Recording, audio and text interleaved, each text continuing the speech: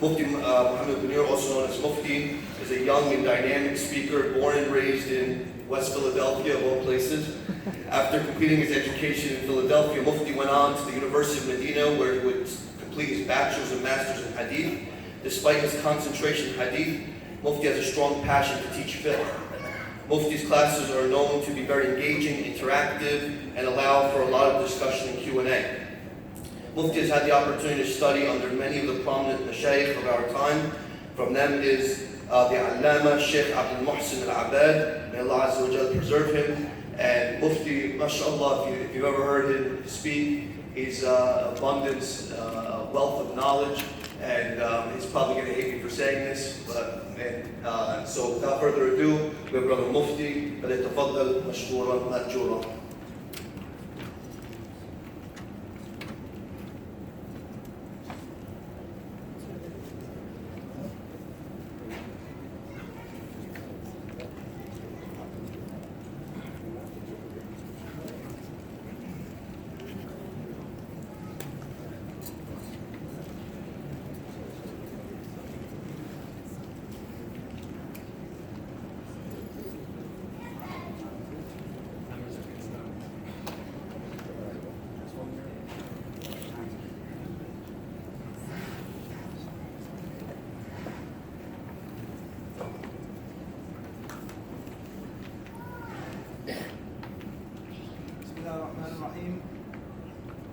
الحمد لله رب العالمين إن الحمد لله نحمده ونستعينه ونستغفره ونعوذ بالله من شرور أنفسنا ومن سيئات أعمالنا من يهده الله فلا مضل له ومن يضلل فلا هادي له أشهد أن لا إله إلا الله وحده لا شريك له وأشهد أن محمدا عبده ورسوله بلغ الرسالة وأدى الأمانة ونصح الأمة وجاهد في الله حق الجهاد حتى أتاه اليقين فصلوات ربي وسلامه ورحمته وبركاته عليه وعلى أصحابه.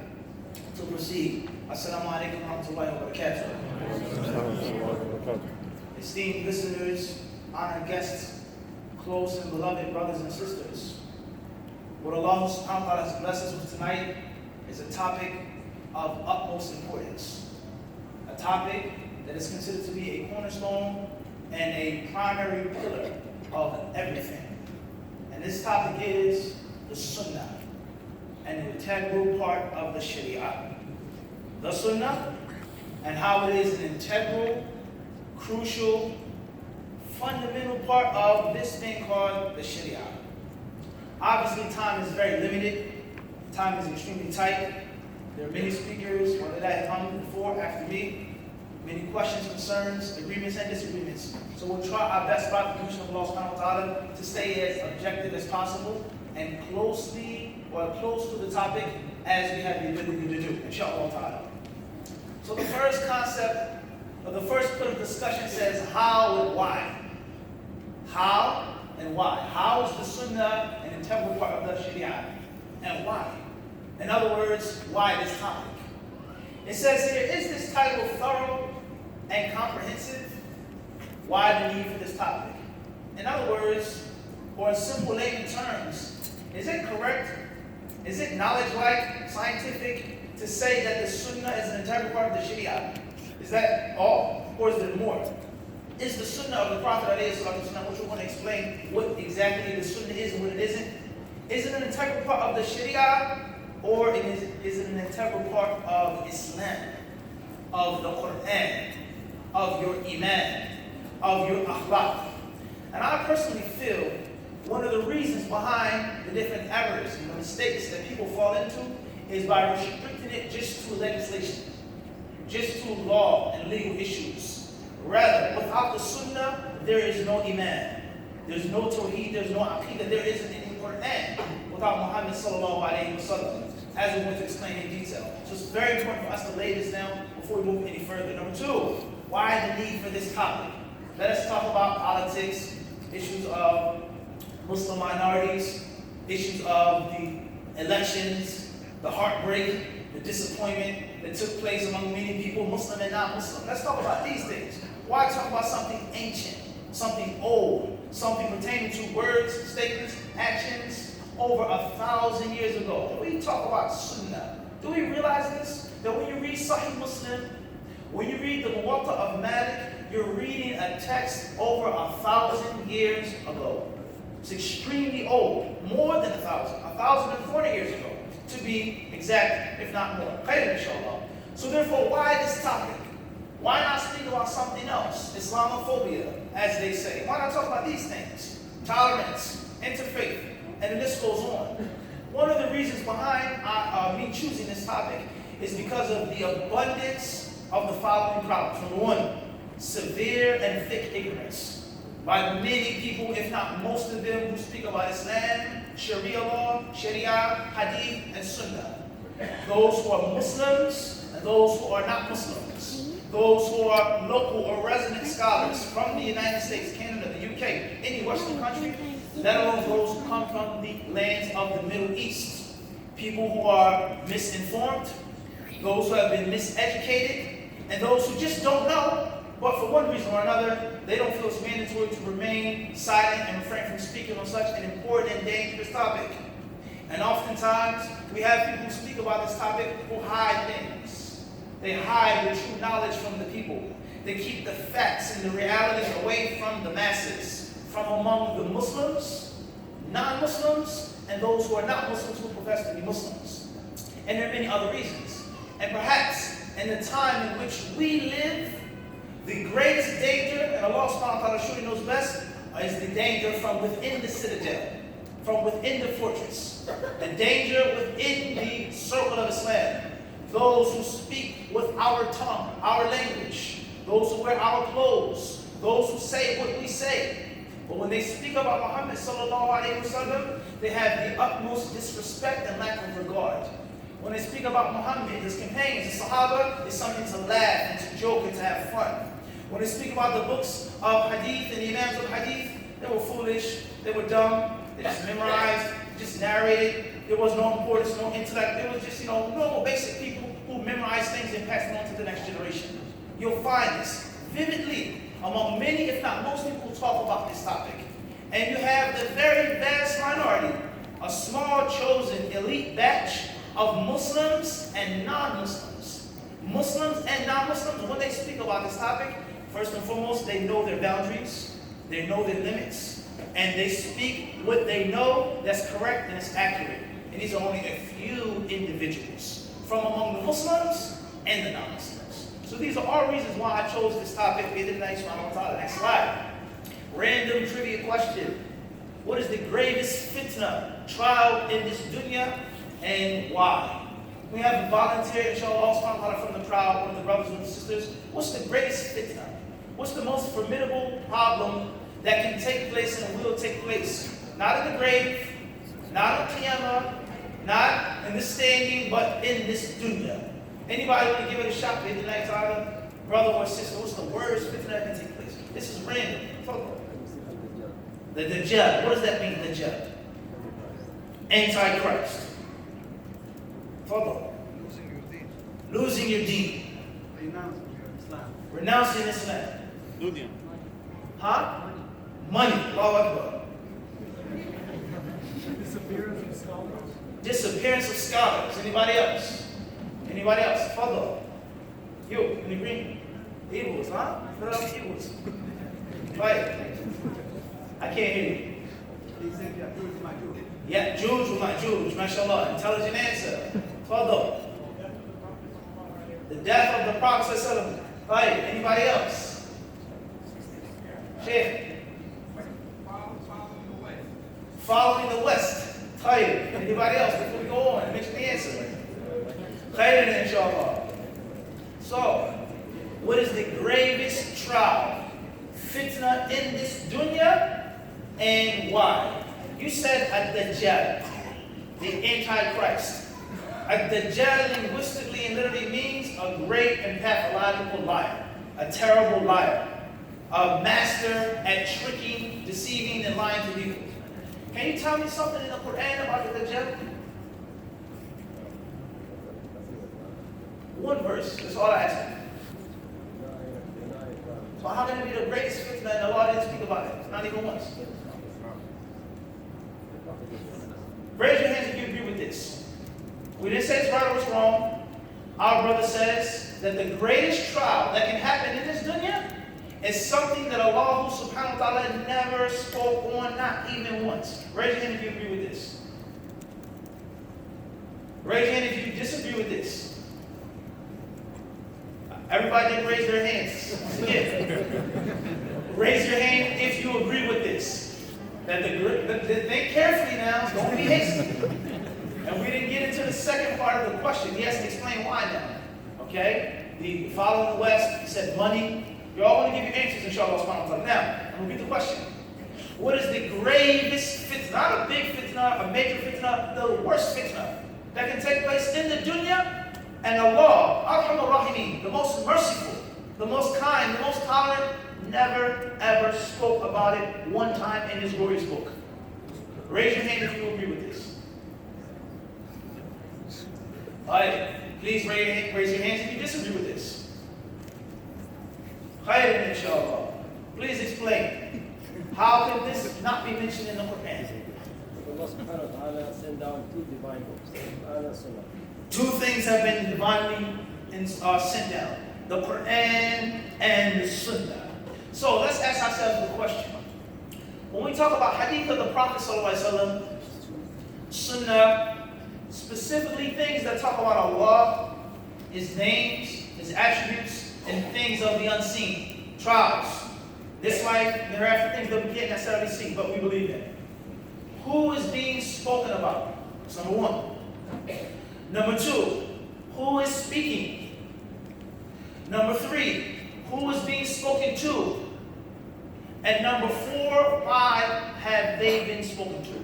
Once again, who is being spoken about? Who is speaking about that one who's being spoken about? Who is being spoken to? And why are they being spoken to? Everybody understand these 4 things right here? Yes. Who is talking about the Dajjal? Who did he tell about the Dajjal? And why did he speak about the Dajjal? The Prophet ﷺ, he tells us that there's never been a prophet except that he warned his people from this thing, from this man, from this being, this Dajjal. And he told his companions, I will give you the most vivid, explicit description possible that no other prophet has ever done for his people. I will explain to you about the Dajjal that no one else, no prophet, no messenger has said the likes of. And it's not mentioned in the Quran, not even once. So the scholars of Islam, before we move on any further, some of them, they don't agree with this. And they say that the Dajjal is mentioned in the Quran. He's mentioned in the Quran al-Kareem when Allah speaks about Isa alayhi salam, Isa ibn Maryam. Allah talks about the Christ, or Jesus. He speaks on Isa. And the arch nemesis, the arch enemy, the main foe of this man, Isa alayhi salam, is who? Dajjal. And both of them are called Masih. They're both called Messiah. So some of the scholars of Islam, they say that he has been mentioned, but indirectly. That's the first answer. Number 2, some of them, they say that the Dajjal has been mentioned in the Quran when Allah speaks about the day of judgment, on the day in which some of the signs of your Lord will come. Some of the ayat of your Lord will come. And from those ayat is a Dajjal. A third answer is that Allah subhanahu wa ta'ala, He didn't mention the Dajjal to scorn him. Ihtiqara, to look down upon him. He's not important. He's insignificant. He doesn't deserve to be mentioned in the Quran. Obviously, these answers are totally unsatisfactory. First and foremost, Ya'juj and Ma'juj are mentioned in the Quran. And the Dajjal is worse, more dangerous, and more harmful. The best answer, the strongest answer, the answer that makes the most sense is that this is from the things that the Prophet ﷺ was entrusted to explain, that was entrusted to make clear to his followers. So before we go any further, hadith, sunnah, Shari'a, just think about the significance of Muhammad ﷺ and who Muhammad spoke about. Who spoke about Allah? Who did he speak to? A foolish people? A small people, simple-minded people? Or he spoke to great men and great women who gave their property, their wealth, who gave their lives, who fought their brothers and sisters, their family members on the battlefield. People that were willing to live and die for Islam. People who were cursed and shamed by their own peoples, just because of La ilaha illallah Muhammad Rasulullah. People that the Messenger of Allah alayhi salatu wasalam said regarding, it's better, it's easier, it's more beloved to them to be thrown into fire than go back to kufr. So who's being spoken about? Who's speaking? Who's being spoken to? And why? What is the purpose of Muhammad talking to Sahaba? These crucial questions here are the main principles of this entire lecture and this entire conference. Bi'idhnillah subhanahu wa ta'ala. Ayat inshallah. Let's move forward. Introductory terms. Sunnah, Shari'a, Hadith, and Shari'a law. What are these terms? What are the dimensions of these terms? We're not getting to them just yet, but these are terms that have to be mentioned in the introduction. Crucial terms that are going to be repeated often in the subhanahu wa ta'ala. So the first term is Sunnah. What's meant by the word Sunnah? I make Salatul Dhuhr, I make Rak'at before Salatul Dhuhr, Rak'at after Salatul Dhuhr. These things are called Sunnah. Is this correct? Is this the proper understanding of Sunnah? A brother's asked the question, is it obligatory for me to grow my beard? Can I trim my beard? Can I shave my beard? We say the beard is just Sunnah. Another brother or sister, she asked the question, is it mandatory for me to cover my face and my hands? Do I have to wear the niqab and the gloves? Or is it just a Sunnah? We read a book of Imam Ahmed, a book of Imam Al-Tabari, a Sunnah, Sharf al-Sunnah, Usul al-Sunnah. What is meant by the word Sunnah? What is the proper scientific definition of the word Sunnah? If you don't get it, if you fail to realize what it is, you're not going to understand Sharia law, the Sharia, and anything that comes afterwards. Number two, the Sharia. What's meant by the Sharia? Most people, when they think of Sharia, when they hear it, what's the first thing that they think about? What's the first thing you think when we hear the word Sharia? The very first thing that pops in your mind. Stoning. Not as a Muslim, not as a practicing Muslim. What's the first thing that pops into your head? Stoning. Stoning. Cutting off the hands, without a doubt. What else? Stoning. Stoning who? Women. That's right. Not stoning men who fornicate. Not stoning men who are adulterers, but stoning a woman, and only a woman, in public, in front of everybody. Honor killing. What else do you think when we hear the word Sharia? Huh? Killing a homosexual, throwing him off the building. Right. What else? This is important for us to understand this, because we have to clear our minds first. If our minds are not clear, we won't be able to move and walk clearly. Fighting. Lying. Lying. I don't think so. I don't think so. No way. Finance. Huh? Finance. Finance. Finance. No way. No. No way. Sharia law in America, it's an X. It's on a sign. It's a penalty. It's a felony. You don't think about finance. You don't think about lying. You think about violence, killing, blood, gruesome things. This is a reality. It's the reason behind this. So we have to get out of this misconception of what the term means. That's going to come big in the next hour. Number three, hadith. What is a hadith? What's the first thing you think about when you hear the word hadith? Quickly. Huh? Sayings of the Rasulullah. Perhaps. What else? Quickly. What do you think about here with hadith? Story. A story. His actions. You, straight straight.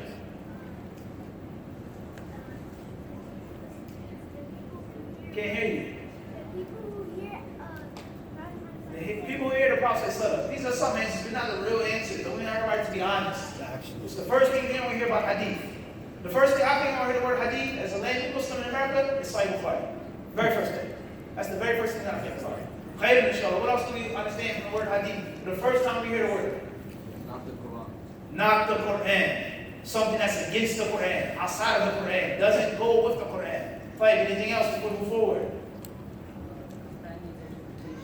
Something that needs interpretation. Very important. In other words, we want to be hasty, but in other words, the Quran is extremely clear, lucid, plain, simple. There's no contradiction in the Quran. There's no controversial issues in the Quran whatsoever.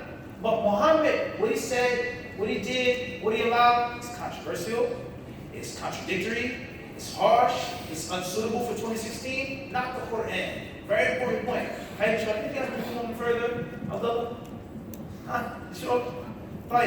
Last but not least, Sharia law. What's the first thing you think about when you hear this term? Not Sharia, but saying flat like this, Sharia law. Do you think of the Shari'a or do you think of something else, something foreign, something even more weird? Not our definition. Huh? Not our statement. Not Muslim statement. Not Muslim statements. Something backwards. Anybody else? Any sisters? Anybody else? What's the first thing you think about Shari'a? Taking over the West, conquering America. Right? Right. Excuse me? Creeping Shari'a. Right. Interesting. Imposing, that's a strong word, to impose. To impose your will on someone in America. Khayr, inshallah. Anybody else? Barbaric, savage, cruel. ISIS. ISIS. There you go. Be honest, be real. Khayr, inshallah. Oppression. Khayr, inshallah. Let's move forward. Sunnah. The word sunnah literally means a way or laid down practice. This has nothing to do with Islam.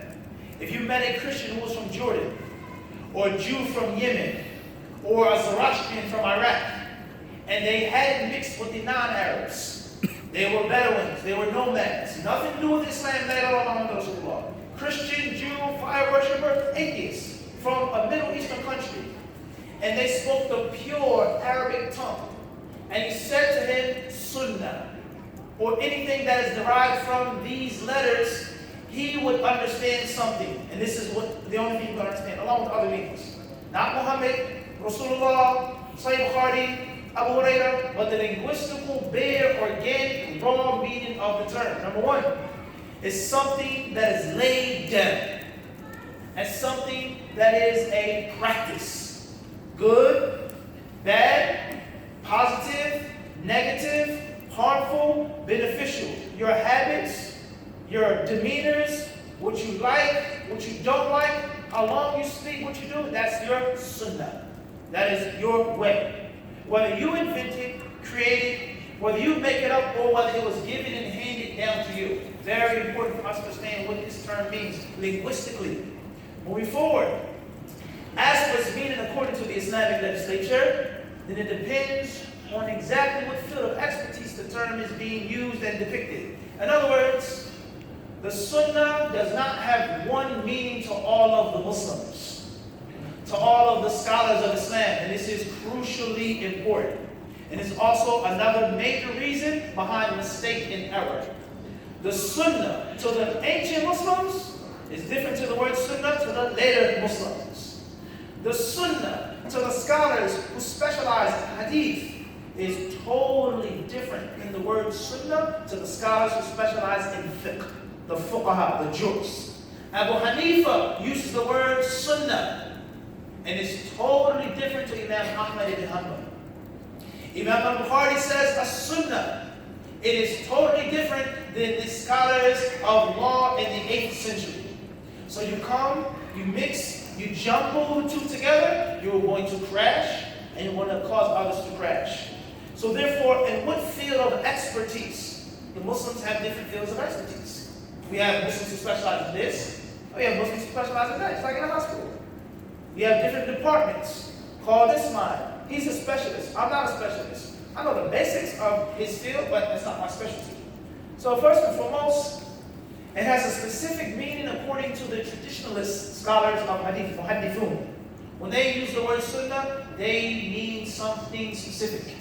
Number two, similarly, according to the theologians, the scholars of Aqidah, when they say this is the Sunnah, Khalaf al-Sunnah, Sharh al-Sunnah, Usul al-Sunnah, they're not talking about what Imam Muslim, what Imam Malik is speaking of. They're speaking about something different.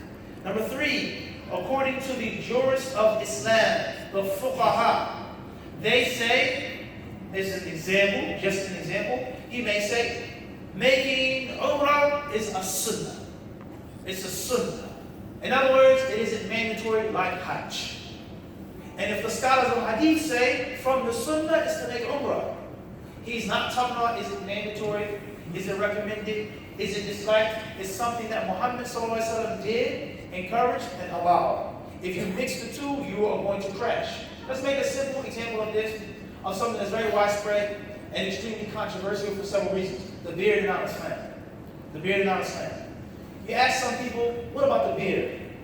A person says, the beard is the Sunnah. The beard is the Sunnah. So a person understands, okay, well, I can shave my beard now. Or I can trim my beard, I can shape it up, I can design it, because it's just a sunnah. But the person whom he asked was a scholar of hadith. He was not from the fuqaha. Not meaning that he didn't understand fiqh, that he didn't have fiqh, but he specialized in the field of hadith. What is the ruling on growing my beard? I said, sunnah. Something that Muhammad ﷺ did. Something that he allowed. Something he encouraged and instructed his followers to do, regardless of the ruling, legislatively. Mandatory, recommended, disliked, or haram. Everybody understand it so far? Is that the different depictions of the term and of the use of the word what? Sunnah. We clear on this or not? Moving forward, it has a special intended meaning when compared to that which classes with the sunnah, such as bid'ah, innovation, i.e., according to the companions of Muhammad sallallahu alaihi wasallam and the rightly guided predecessors. So before we move any further, let's ask some questions to see if we truly understood what was presented to us. I need a volunteer, please, brother or sister. Father, stand up, please. What's your name? Rayyan, mashallah. May Allah allow you to go to Rayyan. Ameen. Right. So, I'm going to ask you a question, and inshallah, I'm going to ask you according to who? Making the 5 daily prayers. Sunnah or not? It would be sunnah. Making, whoa, slow down, don't too fast. 5 daily prayers is just a sunnah? No, It's not a sunnah. but it is encouraged. Which one? No, it's not sunnah. Don't let me trick you again. It's my job to trick you. If I can throw a curveball your way, you can hit it, that means you're a good batter. So, repeat the question. Focus. We mentioned briefly what the sunnah, or the word sunnah means. Briefly, because we want to come in more detail. The sunnah, according to the scholars of hadith, perhaps to help you out, is that which Muhammad ﷺ taught. That which he taught. In other words, what Abu Bakr and Umar did, their verdicts, their opinions is considered to be sunnah. Something that Muhammad ﷺ said, do not become angry. Do not drink with your left hand. Do not sit between the sun and the shade. This is considered to be what? Sunnah, according to the people of hadith. Something that the Prophet ﷺ, how he looked. He had relatively long hands or large hands. He wasn't too fair. He wasn't too dark. The Prophet ﷺ was shy. He was bashful. He was brave. He was generous. This is also considered a what? A sunnah. When the Prophet ﷺ went to the cave of Hira, he sat, he meditated, he reflected, he removed himself from the idols. That's also considered what? According to the people of hadith. The Prophet ﷺ also made how many prayers? 5. At least 5. And he also taught the companions to do what? 5. Make 5 prayers. So, is making 5 daily prayers a sunnah or not? It is not. It's not a sunnah. According to who? According to the hadith. No, according to the, yeah, Excuse me? the thing. The scholars of Yeah. fiqh. Very good, Rayan. Rayan is very brave. Most of the brothers, when I'm talking about the sisters, most of the brothers that grown, they wouldn't have done what Rayan did. They would have tapped out a long time. Right or wrong? Why is Mufti picking on me? May Allah reward you, Rayan. You did good. In brief, it's going to come in more detail when we talk about the term hadith. Let's move forward with the time that we have. Shari'a. The word Shari'a has 2 lexical meanings that are found in the classical Arabic language. Nothing to do with Islam, nothing to do with the Qibla, Salah, the Biha, the Arabic language. And it's also very important, and it's a way for you to defend yourself as a Muslim, to stop somebody right in their tracks. Every time you hear Arabic or Middle East or Middle Eastern, it does not necessitate Islam. And every time you hear Islam, it does not necessitate the Middle East. Obviously, they're intertwined and interwoven. There's no doubt about that. That's where it started. That's where it came from. The language of its text. But they are not requirements of each other.